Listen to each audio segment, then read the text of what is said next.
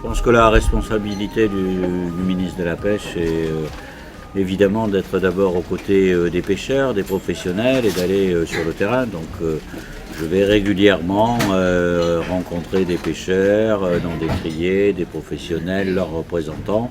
Comme je suis allé au Guilvinec il y a quelques mois, à Cibourg, et aujourd'hui je suis venu naturellement à Lorient, puisque c'est quand même le premier port de pêche français aujourd'hui. Et c'est l'occasion de rencontrer des professionnels, c'est l'occasion aussi de faire le point sur un certain nombre de dossiers qui font l'objet d'une concertation aussi tout au long de l'année et d'un travail en commun.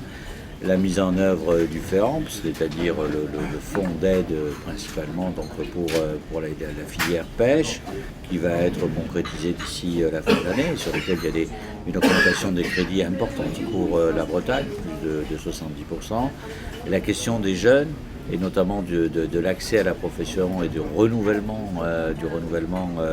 des bateaux, et puis la question permanente dorénavant qui est celle de l'usage de la mer et du partage des activités en mer, et sur lequel nous avons échangé notamment sur la méthode, comment avancer sur cette question qui est devant nous avec l'émergence de nouveaux usages de plus en plus importants, notamment s'agissant des énergies marines renouvelables. C'était une rencontre informelle et essentiellement une rencontre informelle. Nous, on voulait surtout lui soumettre nos problèmes actuels. Enfin, une partie, parce qu'en 1 heure de temps, on n'a pas le temps de tout expliquer, mais on a essayé de lui expliquer en gros nos principaux problèmes. C'est important qu'on ait une vraie politique maritime intégrée, ça c'est le premier point.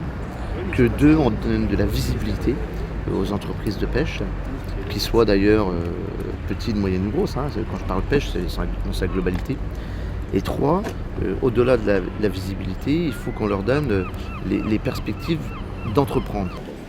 Honnêtement, je pense que les pêcheurs aujourd'hui s'inscrivent complètement dans ce qu'est la politique commune de la pêche. Ils partagent les objectifs, ils en sont les acteurs, mais il faut qu'ils soient reconnus comme tels. Et ça fait partie aussi de mon travail.